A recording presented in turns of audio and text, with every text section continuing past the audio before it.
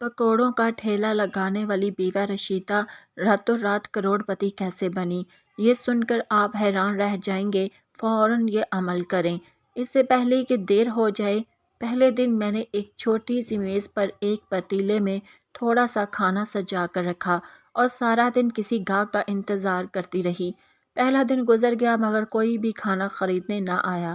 میں مایوسی کے ساتھ برتن اٹھا کر واپس آ گئی۔ دوسرے دن بھی یہی ہوا اور پھر پورا ہفتہ اسی طرح گزر گیا۔ اس ہفتے کا کھانا یا تو میں خود کھا لیتی یا گلی کے فقیر لوگوں کو دے دیتی، کیونکہ میں اسے ضائع نہیں کرنا چاہتی تھی۔ اسی طرح میں کچھ ثواب ہی کما لیتی تھی، لیکن میرا حوصلہ کمزور نہیں پڑا۔ نہ جانے کیوں دل میں یہ یقین تھا کہ ایک دن ضرور کامیابی ملے گی، اور پھر ایسا ہی ہوا۔ اگلے دن ایک مزدور میرے پاس آیا، شاید بھوک سے مجبور ہو کر، کیونکہ اس وقت آس پاس کوئی ہوٹل کھلا نہیں تھا۔ جب میں نے اسے کھانا دیا تو وہ دعائیں دینے لگا اور میرے کھانے کی تعریف کرنے لگا۔ اس کی تعریف سن کر میرا دل خوش ہو گیا۔ جب اس نے مجھے 100 روپے کا نوٹ دیا تو میں نے اسے ایسے سنبھال کر رکھا جیسے وہ میری مہینے بھر کی کمائی ہو۔ اس دن کے بعد میری دنیا بدلنے لگی۔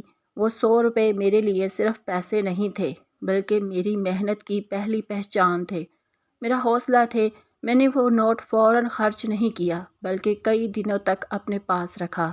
جب بھی میرا دل ہمت ہارتا، میں اسے دیکھتی اور خود کو سمجھاتی کہ اگر ایک گاہک آ سکتا ہے تو دوسرا بھی آئے گا۔ 2 دن بعد وہی مزدور دوبارہ آیا اور اس کے ساتھ ایک اور مزدور بھی تھا۔ یہی میرے کاروبار کی اصل شروعات تھی۔ آہستہ آہستہ گاہک بڑھنے لگے۔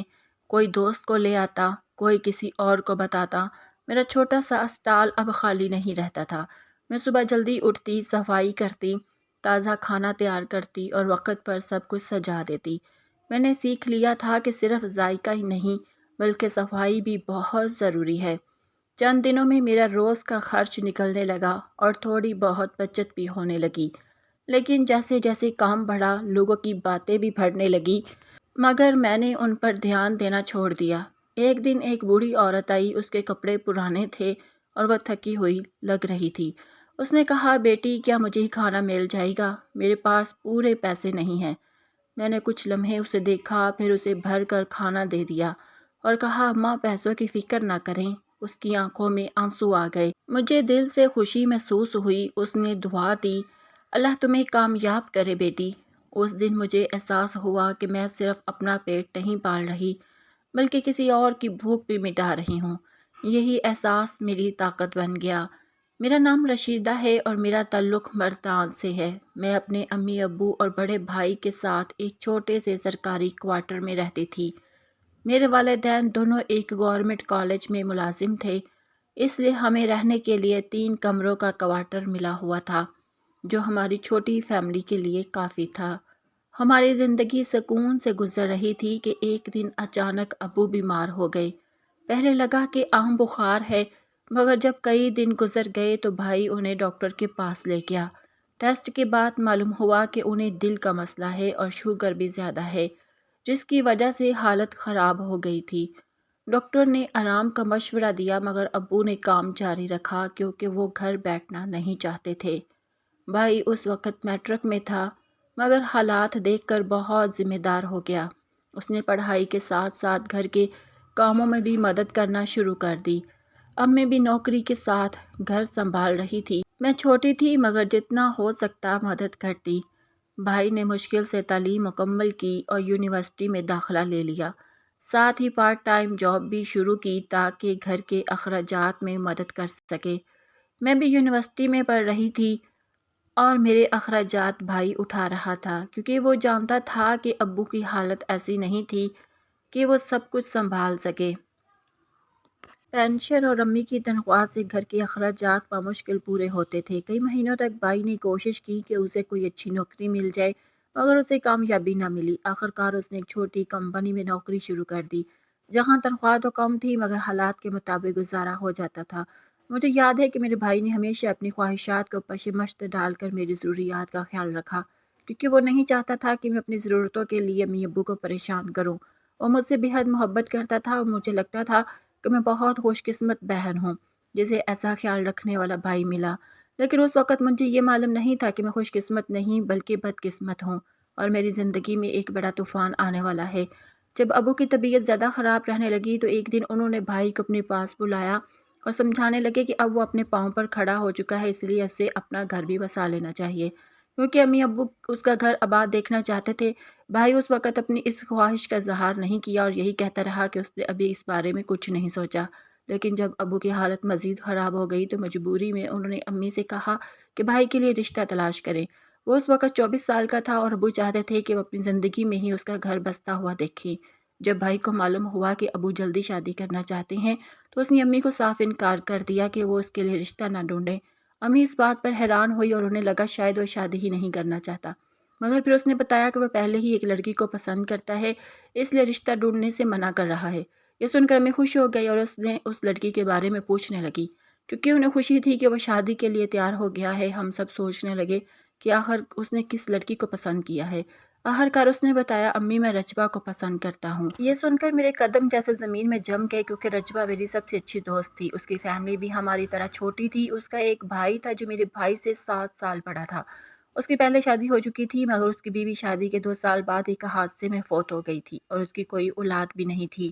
شروع سے ہی ہماری فیملیوں کا ایک دوسرے کے گھر آنا جانا تھا، اس لیے مجھے لگا کہ یہ رشتہ آسانی سے طے ہو جائے گا۔ امی بھی بغیر دیر کیے رجبہ کے گھر رشتہ لے گئی۔ رجبہ کے والدین میرے بھائی کا رشتہ قبول تو کر لیا، مگر ساتھ ہی اپنی یہ خواہش بھی ظاہر کر دی۔ ان کی بات سن کر میرا دل جیسے رک سا گیا۔ انہوں نے کہا کہ وہ اپنے بڑے بیٹے محبوب کے لیے میرا رشتہ چاہتے ہیں۔ محبوب پہلے شادی شدہ تھا، مگر اس کی بیوی وفات پا چکی تھی۔ وہ چاہتے تھے کہ اس کا گھر دوبارہ بس جائے۔ یہ سن کر سب کی نظریں مجھ پر جم گئی کہ کیا میں اس رشتے کے لیے تیار ہوں۔ میں تو حیران رہ گئی کہ ہم رجبہ کے لیے رشتہ لینے گئے تھے اور وہاں میرے لیے بھی رشتہ آ گیا۔ میرے گھر والے بھی پریشان تھے کہ وہ مجھے اس شادی شدہ مرد جس کی بیوی فوت ہو چکی تھی کے ساتھ کیسے بیاہ سکتے ہیں۔ میرے بھائی کے لیے تو فیصلہ آسان تھا کیونکہ وہ رجبہ کو پسند کرتا تھا، مگر میرے لیے یہ سب قبول کرنا بہت مشکل تھا۔ میں نے تو سوچا تھا کہ میں بھائی کی شادی کی تیاریاں کروں گی، مگر اب سب چاہتے تھے کہ میری شادی بھی اس کے ساتھ ہو جائے۔ میرے دل میں عجیب سی بے چینی پیدا ہونے لگی۔ محبوب اکثر ہمارے گھر آتا تھا، مگر مجھے کبھی احساس نہیں ہوا کہ اس کے دل میں میرے لیے کوئی جذبات ہے۔ میں نے بھی اسے کبھی اس نظر سے نہیں دیکھا تھا کیونکہ وہ شادی شدہ تھا، لیکن میں اپنے والدین کے فیصلے کے خلاف بھی نہیں جا سکتی تھی۔ ان کے چہروں پر امید تھی کہ سب کچھ آسانی سے طے ہو جائے گا، اور سب سے بڑھ کر بھائی کی خوشی کے لیے میرے پاس اس کے سوا کوئی راستہ نہیں تھا کہ میں بھی اس رشتے کے لیے ہاں کر دوں۔ میری خاموشی دیکھ کر امی ابو مجھے سمجھانے لگے کہ محبوب ایک اچھا لڑکا ہے اور اس کا رشتہ بہت اچھا ہے۔ اس کی پہلی بیوی کا ساتھ شاید اتنا ہی لکھا تھا، اسی لیے تم ہاں کر دو، کیونکہ وہ ہمارا بھلا لڑکا ہے۔ اگر تم ہاں کہہ دو تو دونوں خاندان ہمیشہ کے لیے ایک ہو جائیں گے۔ جب میں نے رجبہ سے اس بارے میں بات کی تو اس نے بھی میری بات سن کر خاموشی سے نظریں جھکا لی۔ اس وقت مجھے محسوس ہوا کہ شاید میرے بچپن کی دوست رجبہ کو پہلے سے ہی معلوم تھا کہ اگر یہ رشتہ میرے بھائی کے لیے ہوگا تو میری شادی بھی اس کے بھائی کے ساتھ طے ہو جائے گی۔ شاید اسی لیے وہ مجھ سے بات کرنے میں ہچکچا رہی تھی۔ یہ میرے اور محبوب کی زندگی کا سب سے بڑا فیصلہ تھا۔ اس کے لیے بھی شاید سب آسان تھا کیونکہ ہماری عمروں میں 8 سال کا فرق تھا۔ اس کے علاوہ وہ کنوارا نہیں بلکہ شادی شدہ مرد تھا۔ پہلے وہ مجھ سے عمر میں بہت بڑا تھا، مگر امی ابو کو اس پر کوئی اعتراض نہ تھا، تو میں ان کے سامنے آخر کیا وجہ رکھتی۔ اگر میں ہاں کہہ دیتی تو رجبہ ہمارے گھر کی بہو بن جاتی، اور اگر میں انکار کرتی تو شاید میرا اپنا بھائی مجھ سے ناراض ہو جاتا۔ آخرکار میں نے سوچا کہ ایک نہ ایک دن امی ابو مجھے گھر سے رخصت کریں گے، تو پھر اس سے کیا فرق پڑتا ہے کہ وہ مجھے کس کے ساتھ رخصت کرتے۔ جو فیصلہ مجھے اپنی زندگی میں کل کرنا تھا مجھے اسی وقت کرنا پڑ گیا، جب میں اس کے لیے بالکل تیار نہیں تھی۔ اس وقت مجھے اچھی طرح اندازہ ہو گیا تھا کہ امی ابو کے لیے میرے سے زیادہ میرا بھائی اہم تھا، کیونکہ وہ ان کا اکلوتا اور بڑا بیٹا تھا، اور اس وقت امی ابو کا صرف اسی کی خوشی نظر آ رہی تھی۔ میری خوشی، میرے خواب، میری خواہشیں شاید دل کے کسی کونے میں دفن ہو گئی تھی۔ ان کے بیٹے کی خوشیاں میری صرف ایک ہاں کی منتظر تھی۔ میرا جواب سن کر سب بہت خوش ہوئے اور دونوں خاندانوں میں شادیوں کی تیاریاں شروع ہو گئی۔ محبوب بھی میرا اقرار سن کر حیران تھا۔ میرے لیے سب کچھ بہت اچانک ہوا تھا، مگر میں خوش تھی کیونکہ میرا بھائی خوش تھا، میرے والدین خوش تھے، اور میری سب سے اچھی دوست کو بھی اپنی محبت مل رہی تھی۔ میرے لیے اس سے بڑھ کر اور کچھ نہ تھا۔ ویسے بھی میں پہلے کسی کو پسند نہیں کرتی تھی، اس لیے محبوب کے ساتھ شادی کرنے میں مجھے کوئی دکھ نہ ہوا۔ اس لیے میں نے اسے دل سے قبول کر لیا اور اس کے ساتھ گھر میں دل لگانے کی کوشش کرنے لگی۔ وہ میرا خیال رکھتا، میری خواہشات پوری کرتا، مگر ساتھ رہ کر مجھے اندازہ ہوا کہ وہ خاموش مزاج ہے، وہ جو بہت کم بات کرتا ہے۔ رجبہ بھی بہت خوش تھی کیونکہ اسے اپنی محبت مل گئی تھی اور ساتھ ہی اس کے بھائی کا گھر بھی دوبارہ بس گیا تھا۔ وہ بہت جلد امی ابو کے ساتھ دل لگا بیٹھی اور ان کی بہت عزت کرتی اور خیال رکھنے لگی۔ اس طرح میری اور رجبہ کی بچپن کی دوستی رشتے میں بدل گئی، مگر پھر بھی ہماری دوستی میں کوئی فرق نہ آیا۔ ایسا مجھے لگتا تھا جب میں نہیں جانتی تھی کہ ہماری دوستی جلد ہی دوست سے بھی زیادہ گہری دشمنی میں بدلنے والی تھی، کیونکہ میں اپنی دوست اور اس کی ماں کی فطرت سے واقف نہیں تھی۔ سب کچھ بہت اچھا چل رہا تھا۔ شادی کے 3 مہینے ہی گزرے تھے کہ رجبہ نے خوشخبری دی کہ وہ ماں بننے والی ہے۔ یہ خوشی کی خبر سن کر میں خود کو ہوا میں اڑتا ہوا محسوس کرنے لگی، کیونکہ مجھے اپنے بھائی کی خوشی بہت عزیز تھی اور میں بھی پھوپھو بننے والی تھی۔ مگر رجبہ کی طرف سے وہ خوشخبری سننے کے بعد سے محبوب کے رویے میں کچھ تبدیلی محسوس ہوئی۔ بولتا تو پہلے ہی کم تھا، مگر جب سے اس نے اپنی بہن کی طرف سے خوشی کی خبر سنی، وہ اور زیادہ خاموش رہنے لگا۔ جب میں اس کی خاموشی زیادہ برداشت نہ کر سکی تو میں نے پوچھ لیا کہ آخر معاملہ کیا ہے اور وہ اچانک اتنا خاموش کیوں رہنے لگا۔ تب اس نے مجھ سے اپنی خواہش کا اظہار کیا کہ جب میری اور اس کی بہن کی شادی ایک ساتھ ہوئی تھی تو میں نے ابھی تک ایسی کوئی خوشخبری کیوں نہیں سنائی۔ اپنے شوہر کی بات سن کر میرے پاس جواب دینے کے لیے کچھ نہ تھا۔ میں جانتی تھی کہ جو سوال وہ پوچھ رہا تھا وہ بھی اس کی ماں نے اس کے ذہن میں ڈالا تھا، کیونکہ محبوب کی فطرت ایسی نہیں تھی کہ وہ مجھ سے ایسا کوئی سوال کرتا، اور اس کی ماں کے بارے میں بھی مجھے معلوم تھا کہ وہ بے صبری عورت تھی۔ میں محبوب کو کیا جواب دیتی؟ یہ سب تو اللہ کی مرضی ہے، جو وہ چاہے جسے چاہے نواز سکتا ہے۔ مگر وقت گزرنے کے ساتھ محبوب کی ماں کا رویہ بھی میرے ساتھ بدلنے لگا۔ وہ ہمیشہ مجھے یہ ظاہر کرنے لگی کہ اس کی بیٹی نے تو میرے والدین کو میرے بھائی کی خوشخبری سنا دی، جبکہ میں نے ابھی تک انہیں اس خوشخبری سے محروم رکھا ہوا ہے۔ محبوب اپنی ماں کی وجہ سے اکثر میرے ساتھ تلخ ہو جاتا، مگر میں جانتی تھی کہ وہ دل کا برا نہیں ہے، اس لیے میں خاموشی سے اپنی ساس کی بھی باتیں سن لیتی، کیونکہ میں جانتی تھی کہ وہ تو ماں ہے اور دل میں اس کی بھی خواہش ہے کہ وہ اپنی اولاد دیکھ سکے۔ مجھے محبوب کا کہنا یا اس کی ماں کا کہنا برا نہیں لگا، بلکہ جب میں نے یہ بات اپنی بچپن کی دوست رجبہ کے منہ سے سنی تو مجھے یقین ہی نہ آیا کہ وہ جو میری سب سے اچھی دوست تھی وہ بھی مجھے طعنے دے سکتی تھی۔ وہ باقاعدہ مجھے طنز کرنے لگی کہ میں نے ابھی تک یہ خوشخبری کیوں نہیں سنائی، جبکہ اس نے یہ خوشی کی خبر سن کر سب کا دل جیت لیا تھا۔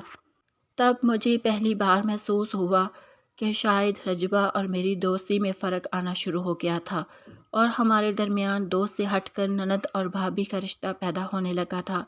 میں تو رجبہ سے یہ سب سن کر بہت زیادہ غمگین ہو گئی کہ کم از کم اسے یاد تو رکھنا چاہیے تھا کہ وہ خود بھی ایک عورت ہے اور ایک عورت ہوتے ہوئے مجھ پر اس طرح طنز کیسے کر سکتی تھی کہ میں نے ابھی تک اس کے بھائی کو اس خوشی سے محروم رکھا ہوا ہے۔ مگر میں خاموش رہی اور سب کی باتیں سنتی رہی۔ مجھے یہ حوصلہ تھا کہ محبوب میرا خیال رکھتا ہے اور مجھ سے محبت کرتا تھا، بس اپنی ماں اور بہن کے سامنے وہ اکثر میرے ساتھ لاپرواہی سے پیش آتا۔ جب رجبہ نے ایک بیٹی کو جنم دیا تو میں پھوپھو بننے کی خوشی میں اپنی دوست کی کہی ہر بات کو بھول گئی، مگر اسے شاید مجھ سے نفرت ہو گئی تھی کیونکہ اس نے مجھے اپنی بچی کو پکڑنے تک نہیں دیا۔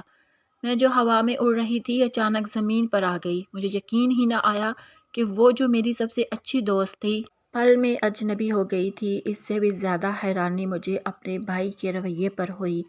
وہ تو میرا بھائی تھا، میرا محافظ تھا۔ اس نے بھی اپنی بیوی کی بات سن کر اسے کچھ نہ کہا، بلکہ مجھے اشارہ کیا کہ میں خاموش رہوں۔ محبوب کی امی نے تو رجبہ کی بات پر ایسا رد عمل کیا جیسے اس نے مجھ سے کوئی عام بات کی ہو۔ رجبہ کی یہ بات سن کر میری امی بھی اپنی جگہ حیران کھڑی رہ گئی۔ انہیں بھی میری طرح سمجھ نہیں آیا کہ آخر رجبہ مجھ سے اس طرح کیوں پیش آ رہی تھی، مگر میں سمجھ چکی تھی کہ اگر میں اس کے ساتھ کوئی بحث کروں تو میری وجہ سے ماحول خراب ہو سکتا تھا، اسی لیے میں نے بھی خاموش رہنا بہتر سمجھا اور خاموشی سے محبوب کے ساتھ گھر واپس آ گئی۔ اس دن محبوب نے مجھ سے معافی مانگی کہ اس کی بہن کی وجہ سے میں اپنے بھائی کی اولاد کو گود میں نہیں لے سکی، مگر میں محبوب کو کیا کہتی کیونکہ ان سب میں اس کا کوئی قصور ہی نہیں تھا۔ میں جب بھی اپنے بھائی کے گھر جاتی میرا دل اس بچی کو پکڑنے اور اسے پیار کرنے کے لیے تڑپتا، کیونکہ وہ میرے بھائی کی اولاد تھی۔ مگر میری وہ بھابھی جو میری بچپن کی دوست بھی تھی، اس نے کبھی مجھے اپنی بچی کو ہاتھ لگانے تک نہیں دیا۔ مجھے نہیں معلوم کہ اسے مجھ سے کس بات کا ڈر تھا کہ وہ اپنی بچی کو لے کر کمرے میں بند ہو جاتی۔ ایسے میں امی یہاں محبوب تھے جو مجھے حوصلہ دیتے اور سمجھاتے کہ جب میری بھی اولاد ہو جائے گی تو سب کچھ ٹھیک ہو جائے گا۔ ہم جب بھی ڈاکٹر کے پاس جاتے وہ صرف یہی کہتے کہ سب کچھ ٹھیک ہے، ہمیں صرف انتظار کرنا چاہیے، اور محبوب کی امی اور بہن شاید انتظار ہی نہیں کر رہی تھی، کیونکہ وہ ہر دوسرے دن میرے شوہر کو میرے بارے میں الٹی سیدھے باتیں کہتی رہتی تھی، شاید یہ کہ میں بانجھ ہوں۔ انہی دنوں محبوب کو کام کے سلسلے میں ملک سے باہر جانا پڑا۔ میں بہت زیادہ اداس ہو گئی کہ اب اگر میرا شوہر ہی پردیس چلا جائے تو میری ساس اور ننند شاید مجھے سکون سے جینے بھی نہ دیں۔ جس دن محبوب جانے والا تھا اس دن میں نے پہلی بار محسوس کیا کہ جدائی صرف فاصلوں کا نام نہیں، بلکہ دل کے اندر اترنے والی ایک خاموش چیخ ہوتی ہے۔ جانے سے پہلے جب اس نے میرا ہاتھ تھاما اور بڑی محبت سے کہا، میری بات ماننا، امی اور اجبا کی باتوں کو دل پر مت لینا، وقت کے ساتھ سب ٹھیک ہو جائے گا، تو میری آنکھوں میں آنسو آ گئے۔ اس لمحے مجھے یقین ہو گیا کہ ایک محبوب ہی تو تھا جو دل سے میرا اپنا تھا، بس اپنی ماں اور بہن کے سامنے وہ کمزور تھا۔ محبوب کے جانے کے بعد اس کی امی اور بہن کا رویہ پہلے سے بھی زیادہ بدل گیا۔ پہلے وہ باتوں میں طنز کرتی تھی، مگر پھر سیدھا نشانہ ہی بن گئی۔ کبھی وہ کہتی کہ عورت کی اصل پہچان اس کی اولاد ہوتی ہے۔ رجبہ، تم جیسے مواقع کی تلاش میں رہتی ہو، کبھی میرے کپڑوں پر، کبھی بولنے کے انداز پر اور کبھی کھانے پکانے پر تنقید، مگر اصل وار ہمیشہ ایک ہی جگہ ہوتا کہ میرے بھائی کی زندگی تو ایک بار پھر برباد ہو گئی۔ مگر میں خاموش رہتی، کیونکہ رجبہ نہ صرف میری نند بلکہ میری بھابھی بھی تھی، اور مجھے اپنے بھائی کا بسا ہوا گھر، اس کی خواہش اور خوشیاں بہت عزیز تھی۔ ابھی محبوب کو پردیس گئے 1 ہفتہ ہی گزرا تھا کہ ہمیں خبر ملی کہ وہ ایک حادثے میں جان کی بازی ہار گیا، اور اس کی حالت ایسی نہ تھی کہ اس کی لاش کو کفن دفن کے لیے لایا جائے، اس لیے اس کی کمپنی والوں نے اسے وہاں پردیس میں دفنا دیا۔ یہ خبر مجھ پر قیامت کی طرح ٹوٹی، مجھے لگا جیسے وہ دن میرے لیے قیامت کا دن تھا، کیونکہ میری دنیا محبوب کے بعد ختم ہو گئی تھی۔ بہت مشکل سے میں نے خود کو سنبھالا اور اجبا کو بھی حوصلہ دیا۔ بہت عرصے بعد وہ میرے گلے لگی اور پھوٹ پھوٹ کر رونے لگی۔ میرے لیے اپنے شوہر کی موت کا صدمہ بہت گہرا تھا، مگر میں نے خود کو سنبھال لیا۔ جیسے جیسے دن گزرتے گئے میری ساس کے آنسو خشک ہوتے گئے اور ان کی آنکھوں میں میرے لیے نفرت صاف نظر آنے لگی۔ پھر ایک دن انہوں نے مجھے اپنے سامنے بٹھا کر وہ بات کہہ دی جس کا ڈر مجھے شروع سے تھا، اب جب تمہارے شوہر ہی نہیں رہے تو تم اس گھر میں کیا کرو گی؟ نہ شوہر ہے نہ اولاد، ہمارا گھر پہلے ہی برباد ہو چکا ہے، اب ہم مزید بوجھ نہیں اٹھا سکتے۔ میں بھی خاموش ہو گئی، کیونکہ میرے اندر مزید لڑنے کی ہمت ہی نہیں رہی تھی۔ آخر میں لڑتی بھی تو کس کے لیے؟ اپنا کچھ سامان لے کر ابا کے گھر آ گئی۔ ماں باپ کے گھر پہنچی، امی نے مجھے سینے سے لگا لیا، مگر ابا اس دن کے بعد سے خاموش ہو گئی۔ وہ تو پہلے ہی دل کے بیمار تھے۔ محبوب کی موت کی خبر نے ان کے دل پر پہلا اور میرے اجڑے ہوئے گھر آنے پر دوسرا وار کیا۔ میں انہیں تسلی دیتی، مگر میں خود ہی اندر سے خالی ہو چکی تھی۔ پھر محبوب کی موت کے 2 ماہ بعد ایک رات ابا کے سینے میں شدید درد اٹھا، اور وہ بھی محبوب کی طرح مجھے بھائی اور بھابھی کے رحم و کرم پر چھوڑ گئے، کیونکہ امی بہت کمزور ہو چکی تھی۔ مجھے لگا کہ میرے پاس بھائی تو تھا، وہ میرے لیے کافی تھا، مگر کچھ سچ ایسے ہوتے ہیں جو دیر سے سامنے آتے ہیں، اور جب آتے ہیں تو انسان کو اندر سے ہلا دیتے ہیں۔ چند ہی دن گزرے تھے کہ رجبہ نے مجھے باتیں سنانا شروع کر دی کہ آخر کب تک میں ایسی زندگی گزاروں۔ مجھے لگا کہ شاید اسے میرا احساس ہونے لگا تھا، مگر پھر وہ بات پر مجھے یہ بتانے لگی کہ یہ گھر جس میں رہ رہی تھی وہ میرا نہیں بلکہ اس کا گھر تھا، مگر میں سب خاموشی سے برداشت کرتی رہی۔ آخر وہ میرے بھائی کی بیوی تھی، اس گھر کی مالکن تھی۔ دوسری حیرانی کی بات یہ تھی کہ میرے بھائی کو بھی اپنی بیوی کے سامنے کچھ نظر نہیں آتا تھا۔ مجھے یقین ہی نہیں آیا کہ یہ وہی بھائی تھا جس کے لیے میں اپنی خوشیاں تک قربان کرتی تھی، جس کے گھر کی خوشیوں کو میں نے اپنی ایک قربانی سے بچایا تھا۔ میں نے اسی دن فیصلہ کر لیا کہ اب میں کسی پر بوجھ نہیں بنوں گی۔ تعلیم تو میری کوئی خاص نہیں تھی، کیونکہ اس وقت میں کالج میں پڑھ رہی تھی جب محبوب کے ساتھ میری شادی کر کے مجھے رخصت کر دیا گیا تھا، اس لیے میں اپنی تعلیم مکمل نہیں کر سکی تھی۔ میں نے اسی دن فیصلہ کر لیا کہ اب میں کسی پر بوجھ نہیں بنوں گی۔ دل کے اندر ایک عجیب سا درد بھی تھا اور ایک عجیب سی ضد بھی کہ اب جو بھی ہوگا میں خود اپنے لیے کروں گی۔ میرے پاس امی کے دیے ہوئے سونے کے 2 کنگن تھے، وہی کنگن جو انہوں نے بڑے شوق سے شادی پر مجھے دیے تھے۔ انہیں ہاتھ میں پکڑے ہوئے میری آنکھیں نم ہو گئی، مگر پھر میں نے خود کو سمجھایا یہ زیور پہن کر جینا ضروری نہیں، خوددار بن کر جینا ضروری ہے۔ اور پھر میں نے وہ کنگن بیچ دیے۔ ان پیسوں سے میں نے محلے میں ایک چھوٹا سا کمرہ کرائے پر لیا، وہاں میں نے ایک چھوٹا سا کچن بنایا اور کچھ بنیادی سامان رکھ لیا، اور پھر میری نئی زندگی کی شروعات ہو گئی۔ شروع کے دن بہت مشکل تھے۔ میں صبح سویرے اٹھتی، امی کو کھانا بنا کر دیتی اور پھر اپنے کرائے کے کمرے میں آٹا گوندتی، سالن بناتی اور پھر دروازے کے باہر ایک چھوٹی سی میز لگا کر کھانا بیچنے بیٹھ جاتی۔ پہلے دن تو کوئی آیا ہی نہیں تھا، میں گھنٹوں بیٹھی رہی، نظریں سڑک پر لگ رہی، مگر اس روز کوئی خریدار نہیں آیا۔ شام کو جب میں نے وہی کھانا واپس رکھا تو میرا دل بھر آیا، مگر اگلے ہی لمحے میں نے خود کو سنبھالا۔ دوسرے دن ایک مزدور آیا جو میری چھوٹی سی دکان کا پہلا گاہک تھا۔ جب اس نے میری کھانے کی تعریف کی تو وہ الفاظ میرے لیے امید کی کرن بن گئے۔ آہستہ آہستہ 2، پھر 3، پھر 5 لوگ آنے لگے۔ میرا دل خوش ہونے لگا، مگر ساتھ ہی لوگوں کی نظریں بھی تیز ہونے لگی۔ محلے کی عورتیں مجھے عجیب نظروں سے دیکھتی، اکیلی لڑکی کچن چلا رہی ہے، پتہ نہیں کیسی ہے۔ کچھ مرد بھی ایسے تھے جو کھانے سے زیادہ مجھے دیکھنے آتے، ان کی نظریں مجھے چبھتی تھی، مگر میں نے سیکھ لیا کہ نظریں جھکا کر اپنے کام سے کام رکھنا ہے۔ وقت کے ساتھ میں نے اپنے مینیو میں تبدیلیاں لانا شروع کی۔ صرف سالن روٹی کی بجائے میں نے چاول، دال اور ہلکی پھلکی دوسری چیزیں بھی شامل کر لی۔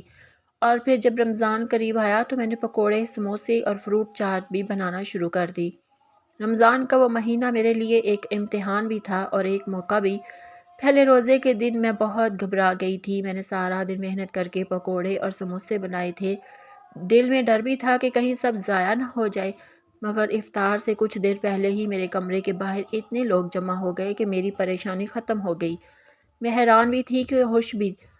اس دن میرا سارا سامان بک گیا۔ رات کو جب میں نے پیسے گنے تو ہاتھ کانپ رہے تھے۔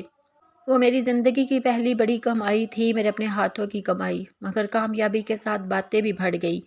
مگر جب میرے بھائی کو ہی میری پرواہ نہیں رہی تھی تو میں لوگوں کی باتوں کی پرواہ کیوں کرتی؟ میں نے ان باتوں کو سننا چھوڑ دیا۔ کبھی کبھار رات کو تھکن سے میرا جسم ٹوٹ جاتا مگر دل مطمئن ہوتا۔ رات کو میں امی کے سرہانے بیٹھ کر سوچتی، آج میں نے کسی سے مانگا نہیں، خود کمایا ہے۔ آخر ایک دن امی بھی مجھے بھری دنیا میں تنہا چھوڑ گئی، کیونکہ شاید وہ مزید میرا دکھ نہیں سہ سکتی تھی۔ امی کے جانے کے بعد میرا اس گھر میں ہونا یا نہ ہونا برابر تھا، مگر مجھے خوشی تھی کہ رجبہ نے مجھے گھر سے نہیں نکالا تھا۔ میرے پاس محفوظ چھت تو تھی جہاں سارا دن کام کے بعد میں واپس آ سکتی تھی، مگر ایک دن اچانک بھائی کو معلوم ہوا کہ میں یہ کیا کام کر رہی تھی۔ مجھے لگا کہ شاید وہ مجھے روکے گا اور معافی مانگے گا کہ اس نے میرے ساتھ برا کیا، مگر وہ خوش ہو کر کہنے لگا، اچھی بات ہے کہ تمہیں اپنی ذمہ داری کا احساس ہے، آخر میں کب تک تمہارا بوجھ اٹھاتا۔ اب میری اپنی فیملی بھی بڑھ رہی ہے۔ اس دن مجھے معلوم ہوا کہ وہاں خوشی سے ایک اور فرد کا اضافہ ہونے والا تھا۔ میں اپنے بھائی کے لیے خوش تھی۔ اس دن مجھے احساس ہوا کہ میں واقعی بدل چکی تھی۔ وقت گزرتا گیا اور میرا وہ چھوٹا سا کچن ایک پہچان بن گیا۔ لوگ مجھے اب عجیب نظروں سے نہیں بلکہ عزت سے دیکھنے لگے تھے۔ میرا کام پڑ رہا تھا اور اکثر میں اس قدر تھک جاتی تھی کہ دل چاہتا کہ سب کچھ چھوڑ کر خود کو مار لوں، مگر میں بزدل نہیں بننا چاہتی تھی۔ اکثر مجھے محبوب کی یاد آتی تو دل بھر آتا۔ وہ جیسا بھی تھا، کم سے کم اس کے ہوتے ہوئے مجھے زمانے کی باتیں نہیں سننی پڑی، در در کی ٹھوکریں نہیں کھانی پڑی۔ میرا اپنا مقام تھا، مگر اس کو یاد کر کے آنسو بہانے کے سوا میرے پاس اور کوئی چارہ نہ تھا۔ ایک دن میں بہت تھک گئی۔ سارا دن کام کرنے کے بعد جب میں سامان سمیٹ رہی تھی تو اچانک مجھے اپنے پیچھے سے ایک آواز آئی، کیا آپ کو مدد کی ضرورت ہے؟ میں نے چونک کر دیکھا تو وہ ایک نوجوان لڑکا تھا جو عمر میں مجھ سے چند سال ہی چھوٹا تھا۔ وہ صاف ستھرے کپڑوں میں، آنکھوں میں ایک عجیب سی سنجیدگی لیے میرے سامنے کھڑا تھا۔ میں نے فوراً انکار کر دیا، نہیں میں خود کر لوں گی۔ وہ بولا، میں صرف برتن اٹھانے میں مدد کر دیتا ہوں، باقی آپ خود کر لینا۔ پتہ نہیں کیوں اس دن میں نے اسے منع نہیں کیا، شاید میں بھی جانتی تھی کہ مجھے مدد کی ضرورت تھی۔ اس کا نام رمیز تھا، وہ اکثر مجھ سے کھانا لے جاتا تھا، مگر میں نے کبھی خاص توجہ نہیں دی تھی۔ اس دن کے بعد وہ کبھی کبھار میری مدد کر دیتا، نہ اس نے کبھی فضول بات کی، نہ کبھی حد سے آگے بڑھا، بس خاموشی سے کام کرتا اور چلا جاتا۔ سب سے بڑھ کر اس نے کبھی مجھ سے پیسوں کا تقاضا بھی نہیں کیا۔ میں اپنی خوشی سے اگر اسے کچھ دے دیتی تو وہ خوشی سے رکھ لیتا۔ پھر لوگوں نے بھی دیکھ لیا اور نئی باتیں شروع ہو گئی۔ لوگ کہنے لگے، اب سمجھ آیا یہ اکیلی نہیں ہے، کوئی نہ کوئی تو اس کے پیچھے ہے۔ یہ باتیں میرے کانوں تک بھی پہنچی، اسی لیے ایک دن میں نے رمیز سے کہہ دیا، تم یہاں نہ آیا کرو، لوگ باتیں بناتے ہیں۔ وہ کچھ لمحے خاموش رہا، پھر بولا، لوگ تو ویسے بھی باتیں کرتے ہیں، مگر میں آپ کو اپنی بہن سمجھ کر آپ کی مدد کرتا ہوں۔ میں نے پہلی بار اس کی آنکھوں میں دیکھا، وہاں نہ کوئی لالچ تھا، نہ کوئی غلط نیت، بس خلوص تھا۔ اس کی بات میرے دل کو لگ گئی۔ میں نے کچھ نہ کہا اور خاموشی سے اپنا کام کرتی رہی۔ کچھ ہی دن گزرے تھے کہ رمیز میرے پاس آیا اور بولا، اگر میں آپ کو کوئی مشورہ دوں تو کیا آپ کو برا تو نہیں لگے گا؟ مجھے اس کا انداز عجیب لگا، مگر میں نے اس کی بات سننے کا فیصلہ کیا۔ اس نے کہا، اگر ہم ہوم ڈلیوری شروع کر دیں تو ہمیں زیادہ فائدہ ہو سکتا ہے، اور ڈلیوری کا سارا کام اس نے اپنے ذمہ لے لیا۔ پہلے مجھے شک ہوا کہ شاید وہ مجھے دھوکہ دے، مگر شاید رمیز کی وجہ سے ہی چند دنوں میں مجھے اتنے آرڈر ملنے لگے کہ مجھے سانس لینے کی بھی فرصت نہ ملتی۔ وہ سارا دن میری مدد کرتا، کچن میں بھی اور باہر سڑکوں پر بھی۔ اس دنوں مجھے محبوب کی یاد بھی شدت سے آنے لگی۔ دل کرتا ہے کہ کاش وہ میرے ساتھ ہوتا تو میری زندگی مکمل ہوتی۔ رمیز نہ جانے کہاں سے اتنے بڑے بڑے آرڈر لے آتا کہ چند دنوں میں ہی مجھے اتنا منافع ہوا جو پہلے کبھی نہیں ہوا تھا۔ اسی کے کہنے پر میں نے ایک کمرے والا کچن چھوڑ کر بڑی جگہ لے لی اور میرا کچن ایک چھوٹے ہوٹل کی شکل اختیار کر گیا۔ مجھے اکثر اپنا ماضی یاد آتا کہ کیسے میرے اپنے بھائی اور بھابھی نے مجھے ٹھکرا دیا تھا۔ آنکھوں میں آنسو آ جاتے، مگر پھر بھی خود کو سنبھال کر اللہ کا شکر ادا کرتی کہ اگر وہ سب نہ ہوتا تو شاید میں آج بھی دوسروں کے سامنے ہاتھ پھیلا رہی ہوتی۔ شاید رجبہ کی نفرت نے ہی مجھ میں اتنی ہمت پیدا کی کہ میں کچھ بڑا کر سکی، ورنہ میں تو وہ لڑکی تھی جو کبھی اکیلے گھر سے اسکول تک نہیں گئی تھی۔ رمیز نے کبھی اپنے بارے میں کچھ نہیں بتایا، بس اتنا معلوم تھا کہ وہ اپنے بوڑھے ماں باپ کا سہارا تھا، اور میری طرح وہ بھی زندگی سے تھکا ہوا تھا۔ میں اکثر اسے دیکھتی تو دل سے اس کے لیے دعائیں نکلتی تھی۔ اگر وہ میری مدد نہ کرتا تو شاید مجھے یہ سب اکیلے کبھی نہ کر پاتی۔ مجھے اپنا کچن چلاتے ہوئے 4 سال ہو چکے تھے، اور اب میں اتنا کما رہی تھی کہ مجھے کسی کے سامنے ہاتھ پھیلانے کی ضرورت نہیں رہی تھی۔ میں نے رمیز کو بھی ہر ماہ اچھی خاصی رقم دینا شروع کر دی تھی۔ اس نے کبھی سوال نہیں کیا کہ میں اسے کم دیتی ہوں یا زیادہ، بس خوشی سے لے لیتا تھا۔ مگر مجھے نہیں معلوم تھا کہ ابھی میری زندگی میں ایک معجزہ ہونا باقی ہے، ایسا معجزہ جس کے لیے میں نے کبھی دعا بھی نہیں کی تھی۔ شاید اللہ کو میرا صبر پسند آ گیا تھا۔ ایک دن میں کچن میں کھڑی کھانا بنا رہی تھی کہ رمیز میرے پاس آیا اور بولا، میں آپ کو اپنی امی ابو سے ملوانا چاہتا ہوں۔ وہ جاننا چاہتے ہیں کہ وہ کون ہے اور میری مدد کر رہا ہے۔ اس عرصے میں مجھے رمیز پر مکمل بھروسہ ہو چکا تھا، اس لیے میں نے فوراً ہاں کر دی۔ میں نے کبھی سوچا بھی نہیں تھا کہ زندگی مجھے اس موڑ پر لے آئے گی جہاں میرا دفن کیا ہوا ماضی اچانک میرے سامنے زندہ ہو جائے گا۔ رمیز کے ساتھ اس دیہاتی علاقے تک سفر خاموشی میں گزرا۔ جب 1 گھنٹے کا سفر ختم ہوا تو ہم ایک سادہ سے گھر کے سامنے رکے۔ دروازہ کھٹکھٹانے پر ایک بوڑھی خاتون باہر آئی۔ ان کے چہرے پر سادگی اور آنکھوں میں اپنائیت تھی۔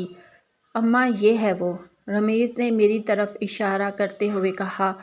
انہوں نے مجھے غور سے دیکھا، پھر مسکرا دی۔ آؤ بیٹی، اندر آؤ۔ میں نے سلام کیا اور ان کے ساتھ اندر چلی گئی۔ میں ابھی بیٹھنے ہی والی تھی کہ اچانک مجھے اپنے پیچھے کسی کے قدموں کی آہٹ سنائی دی۔ میری سانس جیسے رک گئی۔ میرے سامنے وہ کھڑا تھا، محبوب، میرا شوہر۔ وہی چہرہ، وہی آنکھیں، بس وقت نے ان میں ہلکی سی تھکن شامل کر دی تھی۔ میرے ہاتھ کانپنے لگے، آنکھیں پھیل گئی۔ مجھے لگا جیسے میں کوئی خواب دیکھ رہی ہوں، مگر کیا کوئی کھلی آنکھوں سے بھی خواب دیکھتا ہے؟ میں نے 2 قدم آگے بڑھ کر اسے ہاتھ لگا کر دیکھا۔ کیا یہ حقیقت تھی یا محض میرا وہم؟ مگر یہ سچ تھا۔ میرے سامنے ایک زندہ انسان کھڑا تھا، اور وہ کوئی نہیں بلکہ میرا شوہر تھا، جس کا ساتھ مجھے صرف 1 سال ہی نصیب ہوا تھا۔ جب مجھے یقین ہو گیا کہ وہ واقعی زندہ ہے تو میرے ذہن میں سینکڑوں سوال پیدا ہو گئے۔ جب وہ زندہ تھا تو اس نے اتنا بڑا جھوٹ کیوں بولا؟ اس نے مجھ سے رابطہ کیوں نہیں کیا؟ رمیز اور اس کی ماں خاموش کھڑے تھے، جیسے وہ سب کچھ پہلے سے ہی جانتے ہوں۔ پھر رمیز نے آگے بڑھ کر مجھے پانی دیا اور میرے ہوش بحال ہو گئے۔ محبوب نے جو حقیقت بتائی وہ سن کر میرے رونگٹے کھڑے ہو گئے۔ اس نے بتایا کہ اس کی ماں باپ بچپن میں ہی وفات پا گئے تھے۔ رجبہ اس کی بہن نہیں بلکہ کزن تھی، کیونکہ رجبہ کے والدین اس کے تایا تائی تھے۔ انہوں نے اسے بظاہر گود لے لیا، مگر وہ اسے وہ محبت نہ دے سکے جس کا وہ حقدار تھا۔ اس کے تایا نے اس کے والد کی جائیداد پر بھی قبضہ کر لیا تھا۔ وہ سب کچھ جانتا تھا مگر احسان کے بوجھ تلے خاموش رہا۔ لیکن جب اس کی پہلی بیوی پر جھوٹے الزامات لگا کر اسے خودکشی پر مجبور کر دیا گیا اور دنیا کو حادثہ بتایا گیا تو وہ اندر سے ٹوٹ گیا۔ پھر جب اس پر دوسری شادی کا دباؤ ڈالا گیا تو اس نے انکار کر دیا۔ وہ کسی اور لڑکی کی زندگی برباد نہیں کرنا چاہتا تھا، مگر پھر رجبہ کو میرا بھائی پسند آ گیا اور بدلے میں میرے لیے محبوب کا رشتہ مانگا گیا جسے میں ٹھکرا نہ سکی۔ محبوب جانتا تھا کہ شادی کے بعد میرے ساتھ بھی زیادتی ہوگی، اس لیے وہ جان بوجھ کر میرے ساتھ سختی کرتا رہا تاکہ وہ لوگ مجھے نقصان نہ پہنچائیں۔ آخر کار اس نے ملک سے باہر جانے کا فیصلہ کیا۔ وہاں جا کر اس نے اپنی موت کی جھوٹی خبر بھجوا دی جس پر سب نے یقین کر لیا۔ باہر جا کر اس نے محنت کی اور ایک چھوٹا سا کاروبار شروع کیا۔ جب وہ اس قابل ہو گیا کہ مجھے اپنے پاس بلا سکے تو اس نے رمیز کو میری مدد کے لیے میرے پاس بھیجا۔ رمیز اس کے قریبی دوست کا بھائی تھا اور اس نے جو بھی میری مدد کی وہ سب محبوب کے کہنے پر تھا۔ 5 سال بعد مجھے میرا شوہر واپس مل گیا اور میں اس کے ساتھ کینیڈا چلی گئی۔ آج مجھے وہاں رہتے ہوئے 2 سال ہو چکے ہیں۔ میں ایک چھوٹے سے ریسٹورانٹ میں پکوڑے بنانے کا کام کرتی ہوں اور رمیز میری مدد کرتا ہے۔ میرا بھائی بھی اپنی زندگی میں خوش ہے اور میں بھی۔ مجھے کسی سے کوئی شکایت نہیں۔ میں ہر روز اپنے رب کا شکر ادا کرتی ہوں جس نے میری زندگی میں ایسا معجزہ کیا جس کی مجھے کبھی امید بھی نہ تھی۔